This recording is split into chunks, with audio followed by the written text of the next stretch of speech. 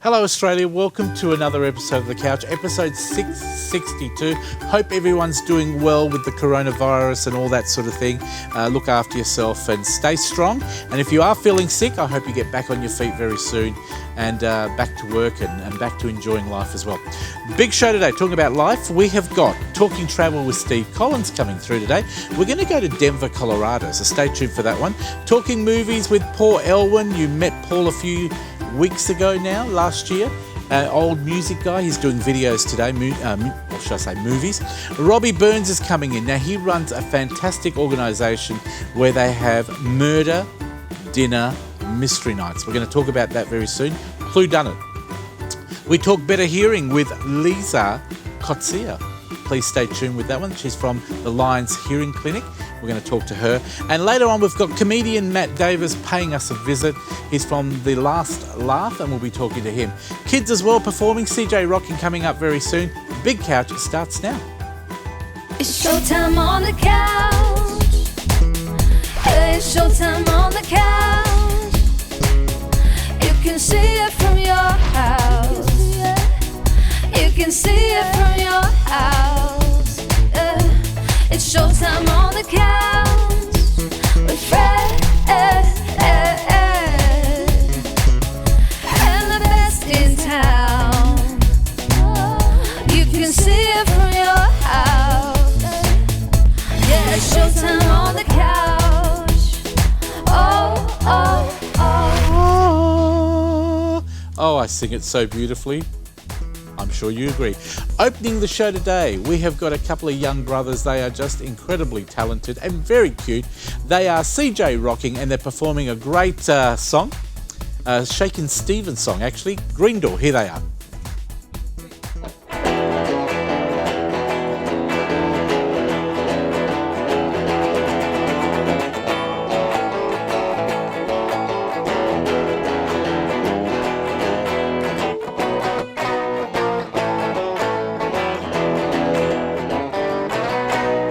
Midnight, one more night without sleeping. Watching till the morning comes creeping. Green door, what's that secret you're keeping? There's an old piano and they play it hot behind the green door. Green door, I don't know what they're doing, but they laugh a lot behind the green door. All I wanna do is join the happy crowd behind the green door. Yeah, yeah.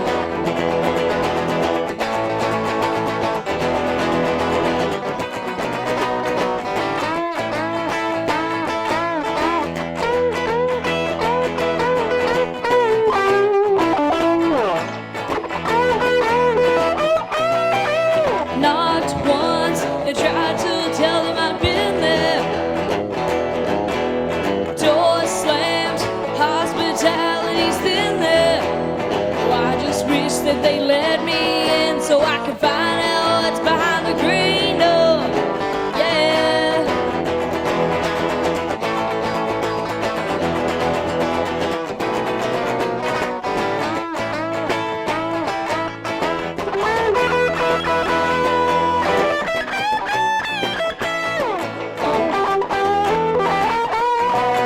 Soaring up while peeping through a smoky cloud behind the green door.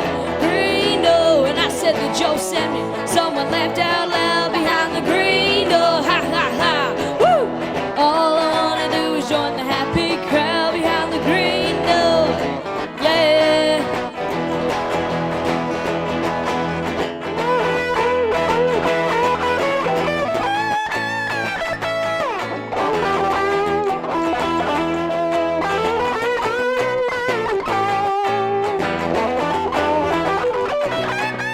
Midnight, one more night without sleeping.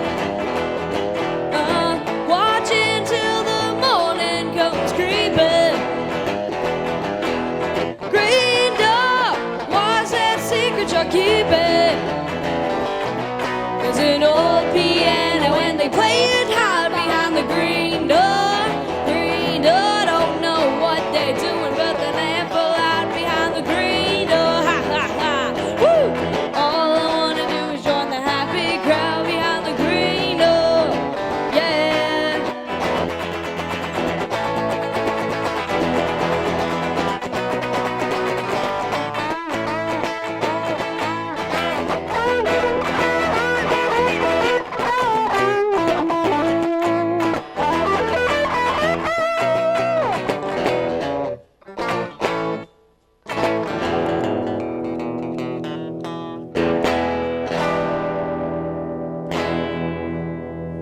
Well done, boys, and they'll be back at the middle of the show and at the end as a special treat. We've got 3 songs from them today. Lovely brothers, and they have a lot of fun with it. So keep doing it. Now, by the way, if you are an act out there, just like those boys, you don't have to be great, so don't worry if you're not the best singers, as long as you can do a fantastic performance. We'd love to hear from you on the couch. So if you want to perform on TV, get a bit of experience, maybe you're a dancer, magician, a juggler, singer, anything at all, get in touch with us. Go to our website, thecouch.com.au, and send me a message and we'll get you on. All right, now, on the 3rd of March, we celebrated World Hearing Day. Today on the show, we've actually got a representative from the Lions Hearing Clinic. She is the head of the department. Her name is Lisa Kotsia. I think I got that right. That's right. Thank you. I'll get it right by the end of the segment. Welcome to the show. Thank you very much. Tell me a little bit about the World Hearing Day and what we do on that day.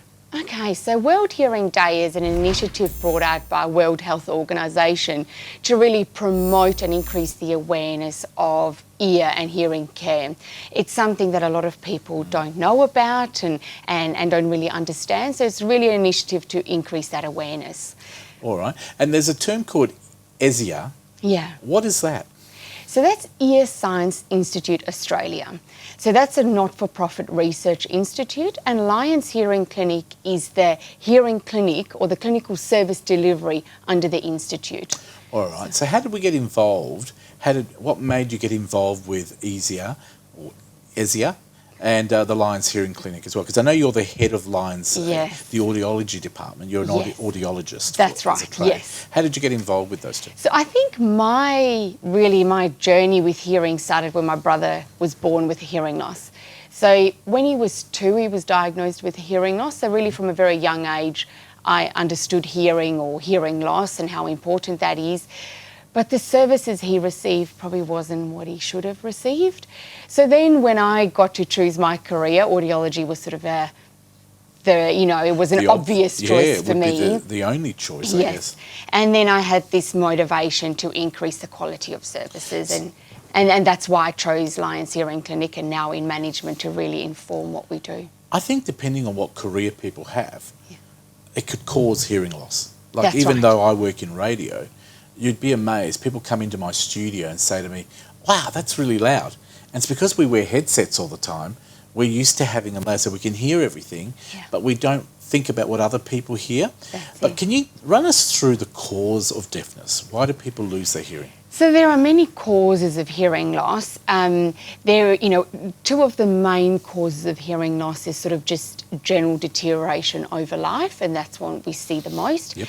But then noise-induced hearing loss, so what you just spoke about just then, is really one of the main causes of hearing loss, and it's a preventable cause of hearing loss. And most people think that when you work on a construction site, that's noise-induced hearing loss, because that's noise. But if you're listening to music or working in a studio, it's something you like, that's not going to cause hearing loss because I like that. But it's actually the same. So we really need to ensure that we protect our hearing. And say, for example, a lot of businesses, government organisation, when I was involved with government, we had machinery in the same area as the staff. Yes. And I think a lot of our staff had hearing issues because of that. Back, you can say that now. 20 years ago, we didn't know. So you had a letter opener that would go bum, bum, bum, bum, bum, bum, and other equipment all on a table. And now you'll find a lot of these equipment, photocopiers are all in a special room. Yeah. Is that better to have them all in a room? Or do you think at the open is better where the noise is dispersed? I mean, it's better with those noisy equipment to have it sort of separate. You know what the noise level is within that space then, and then the people that do work in that space can wear appropriate level of hearing protection.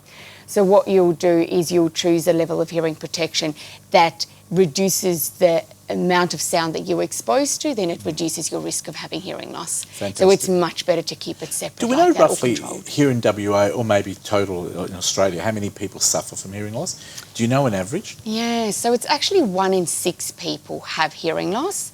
Wow. By 2050, that's going to be 1 in 4 people have hearing loss. But if we look at people over 65, it's 1 in 2 currently have hearing loss. So really, it's very invisible. You know, it's a disability that's completely invisible, so you don't know that it actually exists. And one that's really important to us too, like not having perfect hearing. You'll never know what things should sound like. Do you ever get the case where people have can we restore people's hearing? And like I sort of said before, there's many types of hearing loss or many causes of hearing loss. So depending on the cause of the hearing loss, there are certain hearing losses that we can restore. I guess if you take away the reason, the noise, that might actually reduce Exactly, the we loss. can prevent it to start with, which is obviously a very worthy cause and something we all should concentrate on. But, certain hearing losses, surgery can improve your hearing or completely remove the hearing loss altogether. And of course you've got hearing aids and appliances as well, yes, haven't we? Yes. Question for you. A lot of us are under this myth that we use the earbuds, the make-up earbuds to clean our ears. Now, I've been told that's not a good thing because it pushes the wax further in. What's your take on that? Well, you're an expert on that, so that's exactly right. I'm a junior audiologist. They say nothing smaller than your elbow should be going in your ear, and that's correct. It actually doesn't clean out anything. You're just pushing in more. Yep. And I actually have seen somebody put an earbud through their eardrum. So don't do that. Look, I'm a traveller to Bali, and Bali loves doing the candle earwax. Can you explain to me once and for all, is that a hoax or is it a great thing? Because you do hear it going click, click. That's where you put a candle type thing in your ear. It burns all the wax and it pulls it out, they say, and they show you the wax at the end. Yeah. But I've got this feeling the wax is already in the actual container. Yes, that scares us so much as an audiologist. Really, it's a wax candle that they use. They open it up. It's some of that wax that's melted. It really doesn't take the wax out of your ear, and it can actually cause damage to your ear. So what should we use? What's the best thing to clean our ears? Our ears clean themselves. So the ear naturally has a mechanism of moving the wax out. So if you feel like you've got a bit of wax at the entrance of your canal, that's actually your ear sort of moving that wax out. Yep. Some people that have really dry ear canals, that wax might not move out as easily, so you might need to use a wax softener that you get in the pharmacy, or some people can just even use some normal olive oil. Fantastic. Now, how important is it to intervene in hearing loss early? It's so important, and that's actually the World Hearing Day message this year. It's early and effective treatment. So the hearing loss is obviously important, but it's the impact that hearing loss has that's really why we're worried about it or why we want to do something. When we have hearing loss, we can't connect with people, we can't communicate, we feel disconnected from our friends and family, isolated. You become isolated. It's like being in a classroom. If you can't hear the teacher, then can't you feel learn. like you're at a loss. Yes. And you sort of put up with it and you cover it up, and 10 years down the track you didn't hear half the class. Yes. A question for you. Lions Hearing Clinics, how can they help people? What are all audiologists the same? What makes you guys special? And I think you've asked it in a nice way. I like to talk about what we do well and, things that you can look at when you look for an audiologist. You need to ensure your audiologist is a qualified audiologist and a member of their professional body. So we ensure at Lions that all the audiologists are appropriately trained and that have the accreditation with their professional body. But also that those audiologists are commission free, so that they are not tied to making a recommendation to you. So they can actually understand and individualise the care to you, so they can understand what needs you have, and then have a complete suite of products. So all the hearing solutions that are out there, and that's something I really pride ourselves with Lions Hearing Clinic. We have all the options. You have. So You're you a very can good actually organisation. have the product that suits you, and it will be recommended based on your needs. And one more question for you, or actually a second last question. Can hearing loss cause more major health concerns in the future if you let it go? Good question. So we spoke about the isolation and we spoke about the, sort of the withdrawal. So that can lead to depression. So hearing loss has now been linked to social isolation and depression. And obviously we know the implications of that. But hearing loss has also now been linked with cognitive decline and dementia, with hearing loss being the biggest modifiable risk for dementia. And what that means is if we address our hearing loss, we can reduce our chance of getting dementia by 9%. So that's really fantastic. So it is a good result. It's really, really good. So that's the Lancet Commission report has given us that information. You've been very informative, and I think for anyone with a hearing problem, you've sort of opened our ears to it, I guess, if pardon the pun. How do we choose a good audiologist? Where do we look for if we want one? Apart from the Lions Hearing Centre, which is great, where else can people research it themselves? Yeah, of course. You know, you can go online. You want to find an audiologist that's qualified. You want to find an audiologist that has all the hearing options available, because when you're searching, you don't actually know what your needs are. You want to ensure that they are independent, so that they can actually provide you with independent advice and recommend the right solution to you. Lisa Kotzier, she is the head audiologist at the Lions Hearing Clinic. What's the website? I think we've got a website online there on the screen. lionshearing.org.au. And that one as well? Yes, that's correct. There you go. You see it on the screen right now. Thank you, Lisa, for coming in. We've got to get you back again and maybe target individual parts of hearing loss. That would be fantastic. We'll do it again? Yeah. Same time? Thank you so much. Same place. There you go. Thank you very much, Lisa. Great. We're going to take a quick break. Back after the break, Paul Elwyn has all the latest movies. You're watching The Couch. See you then.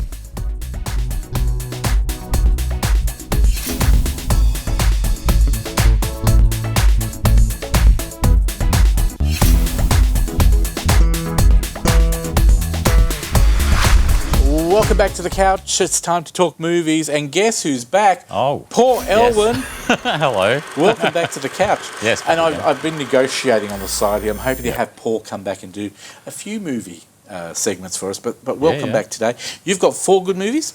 Yeah, 4 interesting movies. Kind of a little bit of a mixture, but mostly like kind of scary, a little bit dramatic, these movies. But then there's also like a nice Disney Pixar one in there to sort of change Are you that. a liker when they have part 2, part 3, part 4? Do you think the first one's always the best?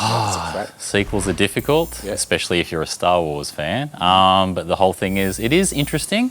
Like the first movie that we're checking out, A Quiet Place, 2 years ago. Yep. That was an amazing movie. That was directed by John Krasinski, who any fans of the American version of The Office would know he was actually Jim Halpert, the character in that.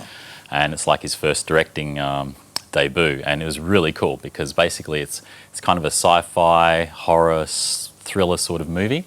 And essentially, this is the sequel, A Quiet Place Part 2. Unfortunately, at the moment, though, it's kind of in release difficulties. Because of the coronavirus, folks, a lot of the cinemas have got their own safety procedures. Yeah. A lot of the cinemas, the movie distributors are deferring the releases. But here it is. Keep going. Essentially, John Krasinski's directing it, but he's also starring in it as per the original first movie. And his wife, what was her name? She plays Mary Poppins.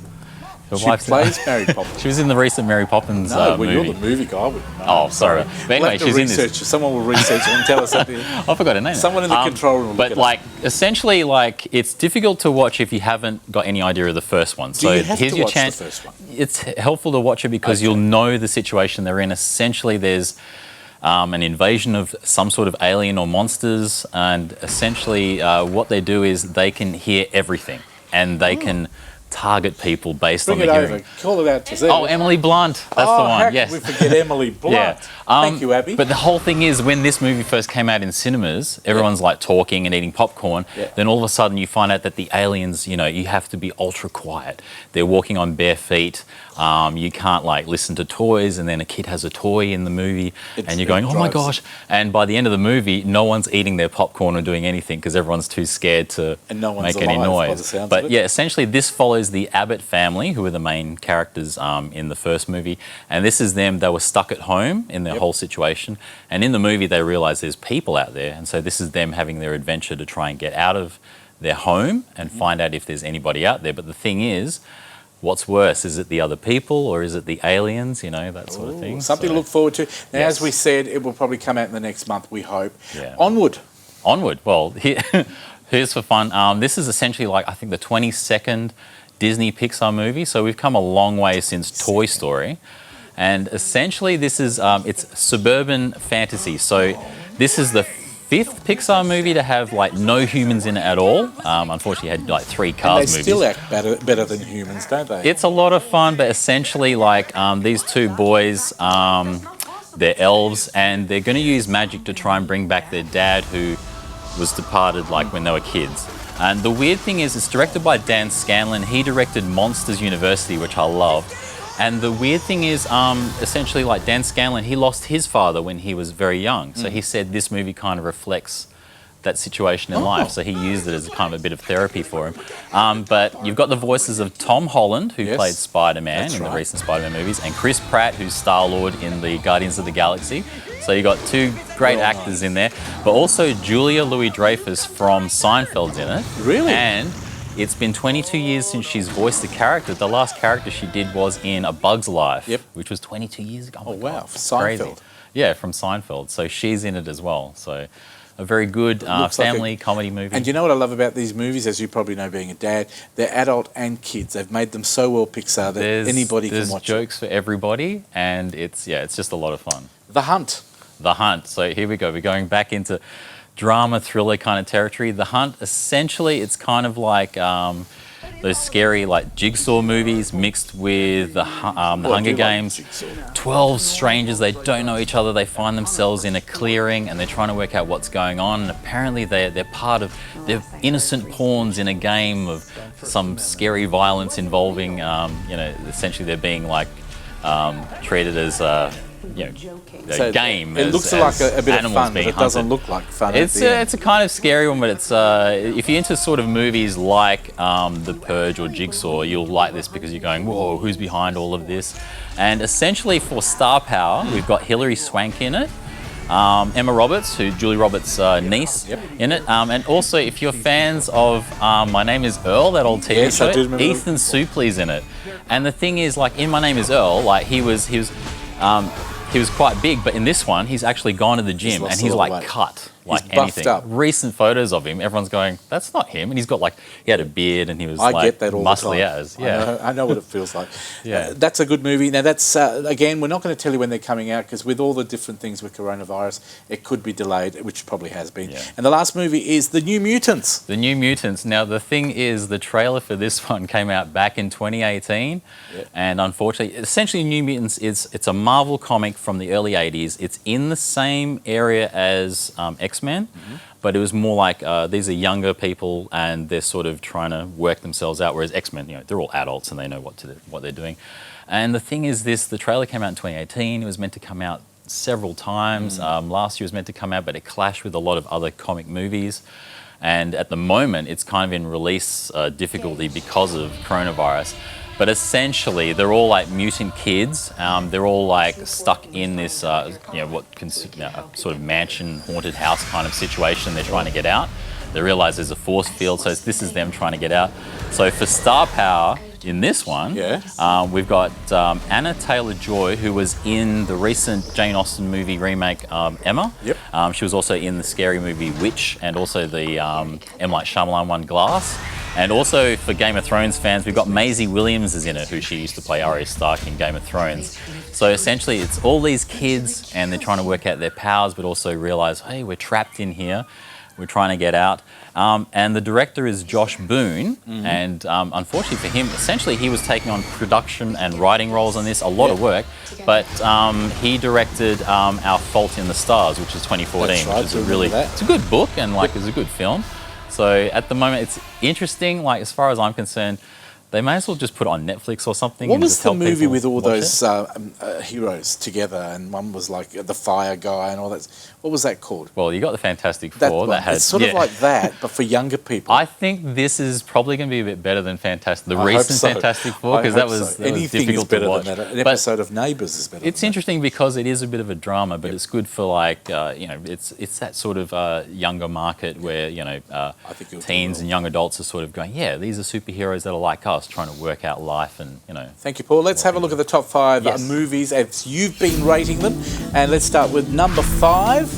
Oh, number 5, The Call of the Wild. That's the Harrison Ford movie. Number 4, Birds of Prey. Number 3, Miss Fisher and the Crypt of Tears. That's a popular one. Number 2, I love this one, Sonic the Hedgehog. I watch it with my kids. Jim Carrey's amazing. And this one I love. Number 1, The Invisible Man. Have you seen it?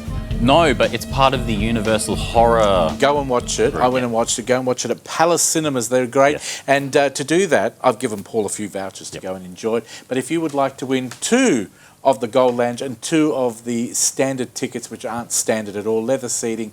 They've got an amazing setup. Look at that. Palace Cinemas in the city, Range Square.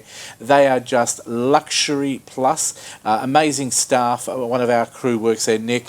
If you would like to actually get those tickets, we're going to give away 2 of the Gold Lounge, 2 of the standard tickets. This is all you have to do. Send us an SMS with your name and address on it. The phone number is always 0439 929 929. SMS, the code word, which is, Paul? Palace. Palace. You can't get it wrong. It has to be Palace. Yes. And thanks to Palace Cinemas for giving us the tickets and helping us with the segment. Paul, look forward to seeing you in a couple of weeks. Yeah, thanks, Fred. Will you come back and play for the car? Oh, for the car? Yeah, Well, you sure. know what they say in Southern Century. Steve Collins is coming up next. We're also talking about murder mystery nights after this. You're watching The Couch. Well done.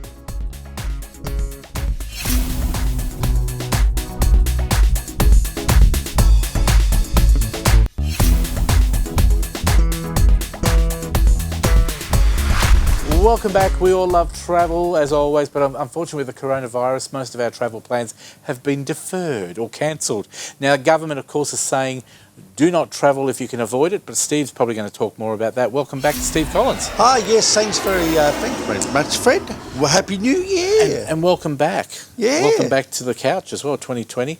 I just thought we might just quickly touch on coronavirus and how it affects people with their travel. Well, it's look, there's a lot of cruise lines, for instance, have shut down for up until about May. All the Disney theme parks have closed down. There are travel bans onto some places in the world, South Korea, Italy, etc., Iran. Yep. And so you've got to be very, very careful because this thing spreads pretty quickly. Yep. So the best thing you can do is just take precautions.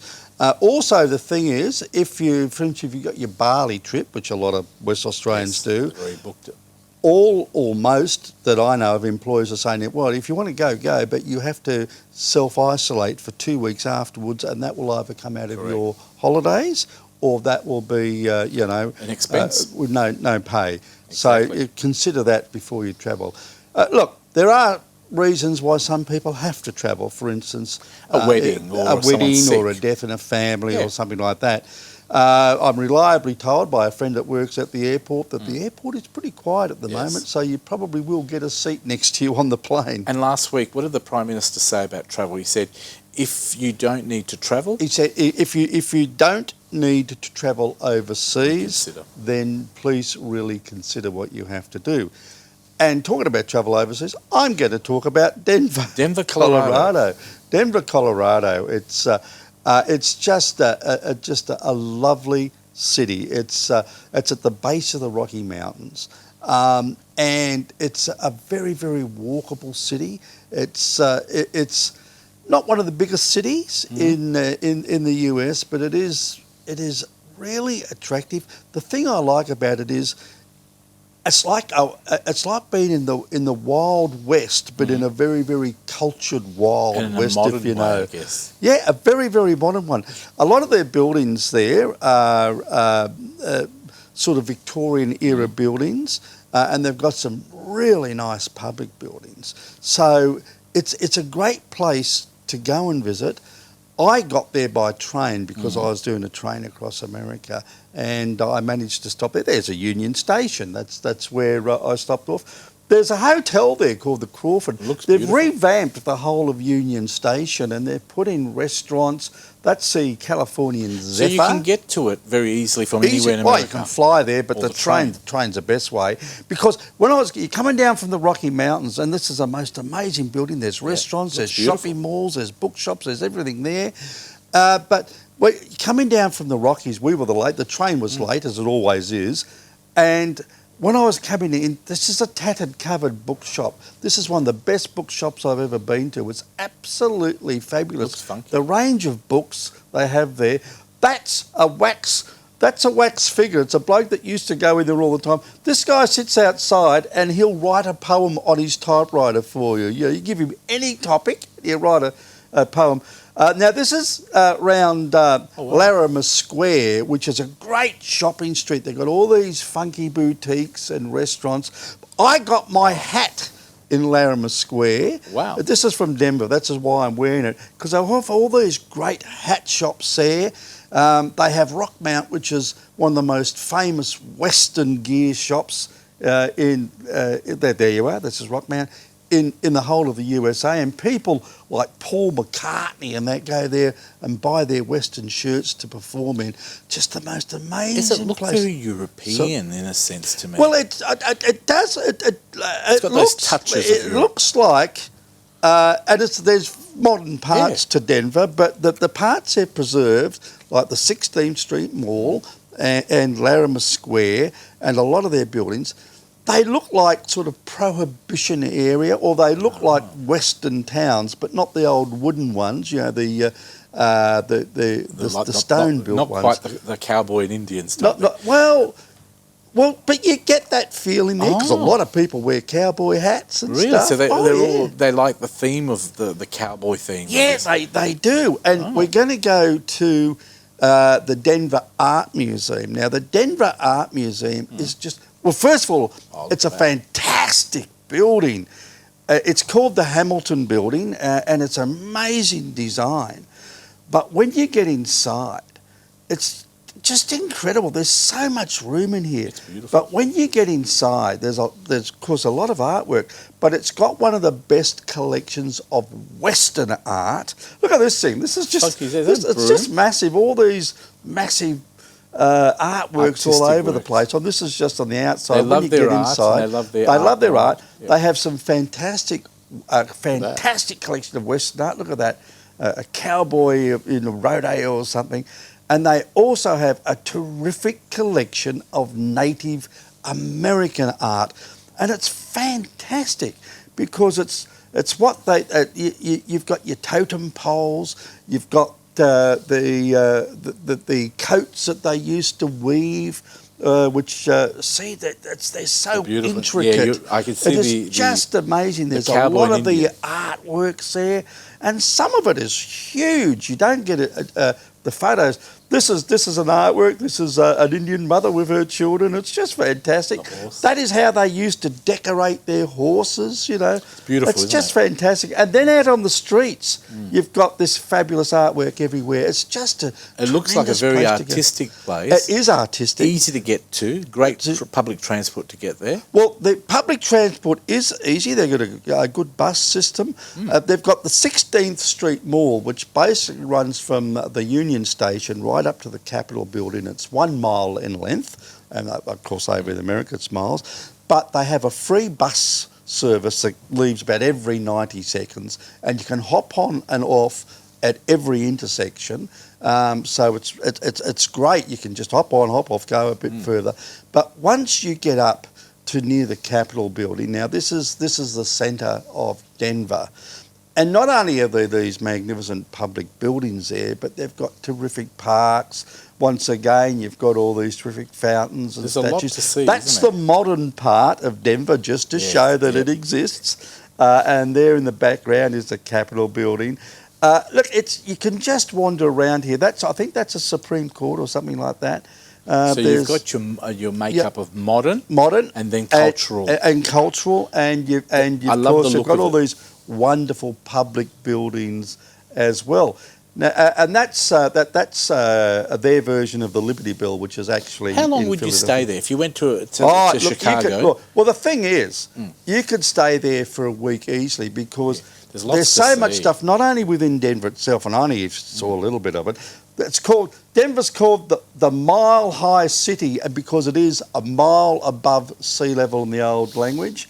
And it's just great, and I love the colour of all these buildings, the local stone buildings. It's really good. Well. There's these terrific avenues that you can walk down. Good food. The other thing is, now we're into it.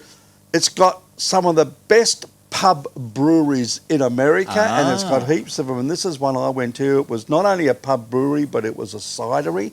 You get terrific food there. There's a lot of great restaurants. They actually do have a beer tour that you can do to go to all the pub breweries.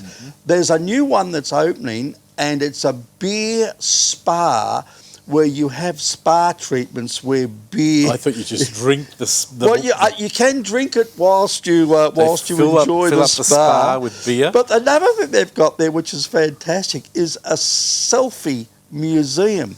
And what it is, you go in there, and it's a hoot because they've got all these backdrops. Now, some of them are just sort of landscapes, but they've got all these fun things, and they've got giant props and stuff like that. So you get selfies with all these props, and it's really great. Sounds like many reasons to go to Chicago. Well, no, this is Denver, actually. Denver. You can Colorado, go to Chicago as well, because I went from Denver I'm to thinking Chicago. of another thing we were talking about. Yeah, we did. Sorry, the Denver, other night, We're talking about Denver, Colorado. The other night. Denver, Colorado. How do we get there? Well, look, you can obviously fly from Australia. You've got to fly through another city or another two cities. There's no direct flights from Australia to Denver. I caught the train. And I tell you why, the best reason for catching the train, it goes from near San Francisco, a place called Emeryville, which is a suburb out of San Francisco, and it goes all the way to Chicago. But you do this, and you cross the Rocky Mountains. You go up through Sacramento in California, and you go up into Nevada and Utah, and then you're into Colorado. The scenery is drop dead gorgeous. And when is the best time? Amazing. Tell us the best time to go there. Well, I went in May. Yep. And May is a really good time to go because the weather is ideal there. Now, bearing in mind that Colorado gets very, very, very, and Denver gets very, very cold in the winters, much colder than we're used to. But May, it's just before the summer. The summers can be very, very hot there. Yep. We're sort of used to the heat. But the best seasons to go are probably in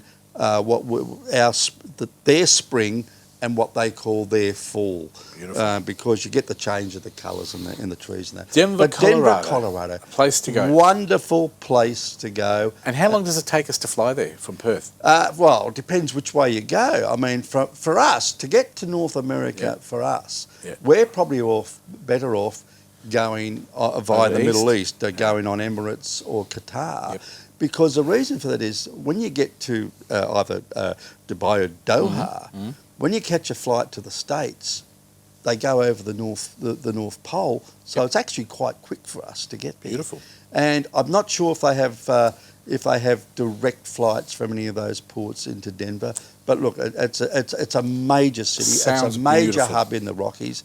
And it's the most beautiful city. There you go. When all the coronavirus warnings disappear and people get back to normal, check out the cheap airfares at the moment with all the different airlines. Oh, big bargains Big coming bargain. up, I reckon there will be to get the business back to. Denver, Colorado. Steve, what's your web address if people want to search you? Steve Collins, travelcorrespondent.com.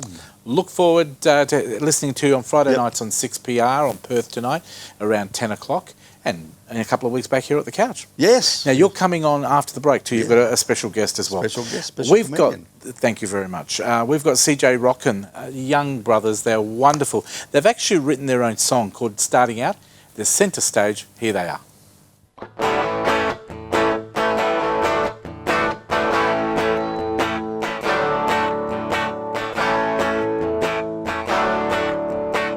Sitting on the sidewalk, playing to no one.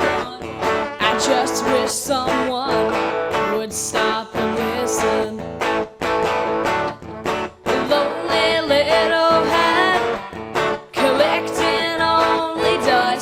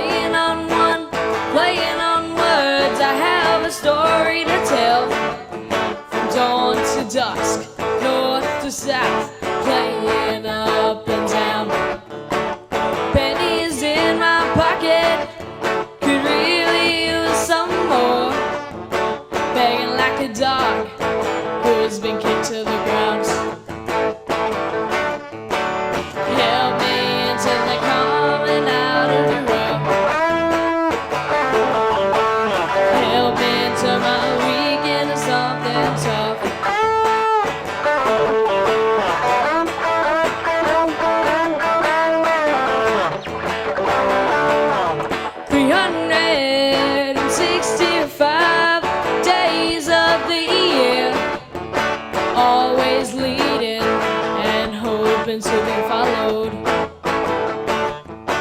Wish I had me a Gibson guitar and all that fancy gear.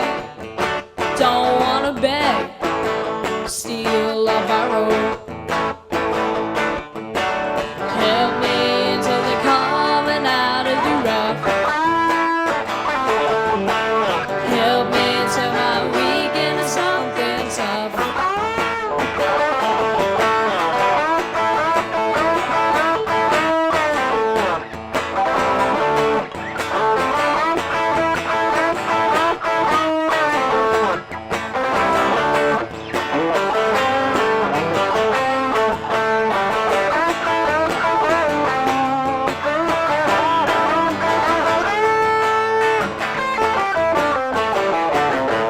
I saw a pot of gold at the end of the ring. So I poured my way through the rough and tough to make it.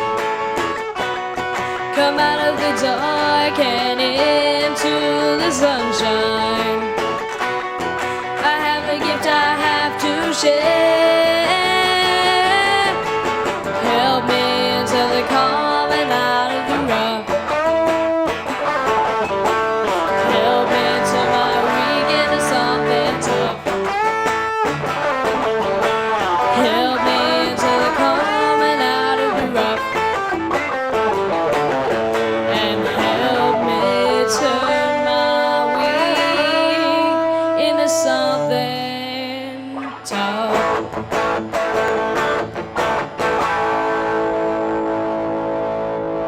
CJ Rockin, they are a wonderful pair of brothers. They've got another song at the end of the show. Now, can I tell you, we were expecting to talk to Robbie from the Murder Mystery organisation dinners.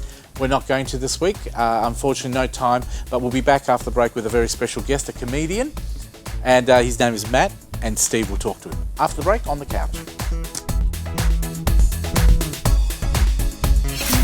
Connect with The Couch online through Facebook, Instagram, and YouTube.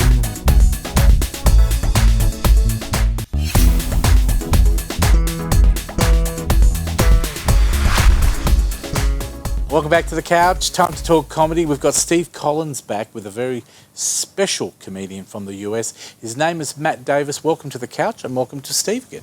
Thank you very much, Fred. Yes, we have got Matt Davis. Matt Davis is from the US. He's trapped in Perth. Why you say it that way? Shh. I wasn't supposed to tell the CIA that. I know that. But Matt's got a very special show on at the Laugh Resort in Yagan Square, and that's happening on a Wednesday night. So, Matt, well, I was going to say welcome to Perth, but you've been here for so long, you're paying rates and taxes now, aren't you? Yeah, well, I'm looking into some more paperwork. Maybe lock this down. You know So what I mean? you're here because of the coronavirus, isn't it? Because you sort of had other gigs in Asia and you couldn't get to them. Is that correct? In a roundabout way. Yeah. So I was here for Fringe World. Yeah. We did the Fringe World shows, Yep. right? And the show that we're talking about is an extension of that, Yeah. right? With them, in association with them. And then I was supposed to go from that to Asia. Yep. I'll keep it very broad in where I Yes, was going. yes. And of course none of that happened. No. And then was going to Europe. We escalated up tour dates in Europe. Well, half of them are closed as well and now. much Yeah. of that is also not happening. So yeah. I believe the small island of Nui is looking for comedians. That's, Honestly, I don't know where that is, but I assure you that they're probably closing their border right now. now that they've heard that you might be going, I yes. assure you, the second I book a show, they'll be like, we need to start quarantining things We just do. before he gets it. Now you've got a really interesting history. I'm a travel guy, you know, because that's what I normally do on this show. But I'm so interested in what you're doing because you have made a career out of traveling the world and presenting comedy. Now you're from Birmingham in Alabama. From Alabama. Yeah. Like, Now Alabama is not known for its cosmopolitan atmosphere. what do you mean? Now, what do you mean by that?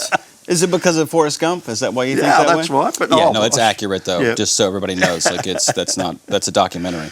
And Americans are not renowned for being overseas travellers. I think only about 43% No, have got passports. The running joke is that I'm an anomaly with the American with a Exactly. passport that uses it, right? Yep. It's like a boat owner that leaves the harbor. Well, that's right. Or a caravan owner where the caravan always sits in the garage. Right. Yeah. So like 13 my passport cover, like the logo, I guess is what you call it, the emblem of the U.S. is like completely worn off because I think that's what it's supposed to do because you it become is. less American the You do. more you actually use it. Yeah, that's right. And you print your own pages when you run out. You print your own pages. Shh, those are secrets, man. So you have played in an enormous number of gigs in an enormous number of countries. What inspired you to get out and to travel the world as a comedian? Well, for me originally, I mean, I'd done a lot in North America, Yeah. right? Like a lot. Yeah. A solid 15 or more years of 40 plus weeks a year. And you traveling went and into touring Canada, and I shows. suppose. A bunch in Canada. That would be like going Caribbean. to some of the minor countries around the world, wouldn't it? I love Canada. Like Toronto's one of my no. favorite cities Yeah. to perform in. It really is. Is it really? Oh yeah. Like I go there to work on stuff. Yeah. Because it's a very smart audience and very challenging. Because audience, they've got some terrific comedians that have come out of Toronto, haven't they? Absolutely, yeah. Yeah. Out of all of Canada. Yeah. Yeah. So I started doing that, and then I did a little bit in the Middle East, and then went to China for the first time. And the first time I went to China several years ago, it was like really like, wow, this is so different. Whereabout did you go to Beijing or Shanghai? Or? The first time I went to Shanghai and a couple of other cities like Guangzhou, Hangzhou, Suzhou. All the O's. Anything with the O's. Yeah, all the O's. Did all the O's. Yeah. And then after that, I was just kind of looking at, I was living in Los Angeles. Yes. With management and the whole thing, and we're pitching show ideas and whatever, and I just didn't like it. No. And I got to the point, I was probably in my early 30s, and I realized like I was writing material on things that I had convictions on, but I didn't feel good in my own convictions. Right. Because I realized I had not seen enough, I had not experienced enough to feel like I could talk about those things. Now, this is a problem. Being American, I mean, you would have an American way of thinking about things. Sure. But the place you're playing, now you play places like Nepal, Mongolia, Slovenia, etc., where I'm assuming that you are talking to people whose English, they speak English, but it's not their first language. And a lot of the stuff that you could talk about in America, you just couldn't mention there because they wouldn't get it. So how difficult is it to write a routine to play in some of those places? Well, it was a learning experience, Yeah. and it continues to be, right? At almost 60 countries in, it still like continues. Oh no, to be I suppose if you went to any of these countries and said Donald Trump, then you're going to get a laugh straight away, aren't you? You'll get. I mean, there's obviously that kind of stuff, Yeah. but then it follows a couple of lines, best I can tell. So like if entertainment is always dubbed into local language, right, and not shown with closed captions, then you have a giant gap between Western or for them foreign pop culture and local culture. There's a big gap. Some of the most surprising places, or some of the most surprising audiences that you've had, where have you sort of got a really great reception where you thought you may have struggled a bit? Pakistan was one. Yeah. Yeah, it really was. And the shows in Karachi we did were like a lot of fun. Yeah. Like they were really, really fun, really, really smart. Because people on the subcontinent have got great senses of humour, haven't they? Yeah, absolutely. Yeah. And there's a ton of great comedy coming out of India for that reason. Yeah, wow, yeah. We've got a lot of Indian comedians here in Perth as well who are terrific. Now, let's talk about the Last Laugh, which you're doing Wednesday night. Now, this is a continuation or a variation of the show you did for Fringe, is it? Yeah, so it'll be mostly selections from that show. Time-wise, it won't be the full show. No. Yeah, the full show was the hour at Yeah. Fringe. And they've only given you, 57 minutes, I guess. Yeah, so I have to trim 3 very important minutes. And I'm taking them off the top, too, so it's not going to make any sense. No. drop your best jokes. That's always I'm just going to get rid of the best jokes. Probably do most of the show in Spanish. Oh, good. Yeah, that's and great, I don't speak Spanish, No, so that's it's going to all be a right. problem. No, that's fine. Well, the good thing is that we've got a huge Colombian community here, so they'll come along. No. Yo necesito estudiar mi español. And you can get some refreshments afterwards. So the Laugh Resort, it's a great venue. It's in Yagan Square. Yes. It's in the shoe bar. It's upstairs, and it's just terrific. And you know, the Perth audiences, I think you've experienced the Perth audiences anyway. Yeah, they've been good. Yeah. I really enjoy it. That's great. And from here, because do you know where you're going to next, or I have a plan A, B, C, and D. Yep. And we will see as it shifts on me. Okay. So. Well, I'm going to wish you a great future, even though no one knows what it's going to be, and I wish you all the best for your gig on Wednesday night at the Last Laugh Resort. It's really worth going to. Matt Davis is a really funny guy. If you're in Perth and you're available on Wednesday, get along to see him. You'll enjoy the show immensely. Matt, thanks for joining us on the show. Cheers. Well done. Thank you very much. Thank you, Steve, and thank you to Matt. Matt, question for you just before we wrap up the show. All right. What's the difference between the Australian audience in a crowd for you and an American in the way of comedy? What sort of stuff do you make us laugh more than you do the Americans? I think the Australian audience is more willing to laugh at themselves.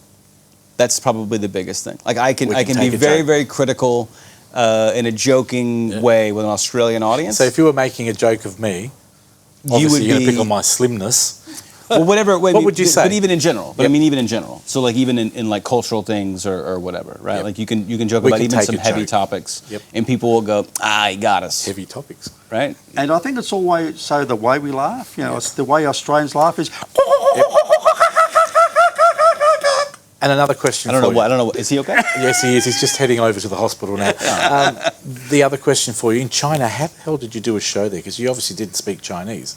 Well, you don't know that. How dare you assume? How dare you assume? Ni hao ma. That would have gone a long way. What about no, the rest of the 50? I don't speak Mandarin. So did it work? Yeah. So it's kind of I'm trying to give you the shortest path on this answer. Go for it. Friends of mine started English and Mandarin Chinese, English and Mandarin stand-up in China several years ago. And I was doing shows with them. And in the beginning, they had a more expat-driven audience. And then slowly over time, they started to get like a 50-50, 60-40, 70-30 English-speaking Chinese audience. And it kind of went along with local language stand-up progressing. And now it's huge there. It's its own industry. Amazing. So towards the end, the shows I would do, there would be majority English-speaking Chinese. And here's a coronavirus joke. Uh-oh. I guess you don't have to worry about a big audience now. We've done you the favour. You won't need 500 people there on Wednesday night. Yeah, definitely caps. Right? It's technically sold out, always. Thank you very much. Well, good luck with the show. Thank you to Steve. Thanks to our viewers. Thanks for watching the show. Please support Matt Davis on Wednesday night. thelaughresort.com.au. Go to the website, buy your tickets, or go at the door. But I'd buy them early because it's a great venue and it will sell out very quickly. And I think we all need a good laugh after this coronavirus. We're going to leave you with a couple of great little kids. They started the show, they went into the middle, and now they're going to end the show with a fantastic Beatles song called Lady Madonna. Here they are, CJ Rock, and we'll see you next week. Look after yourself. Have a great week. Bye-bye.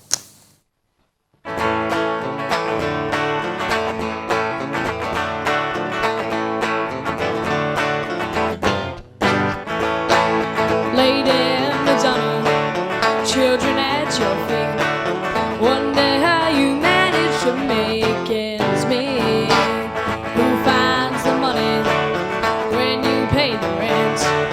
Did you think that money was heaven sent? Friday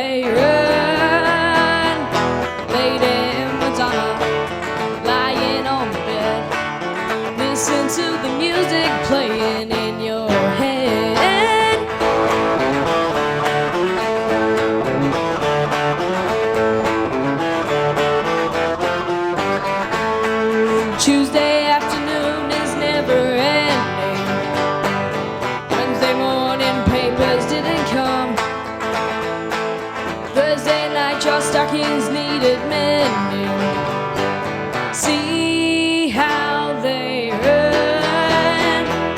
Lady Madonna, children at your feet. Wonder how you manage to make ends meet.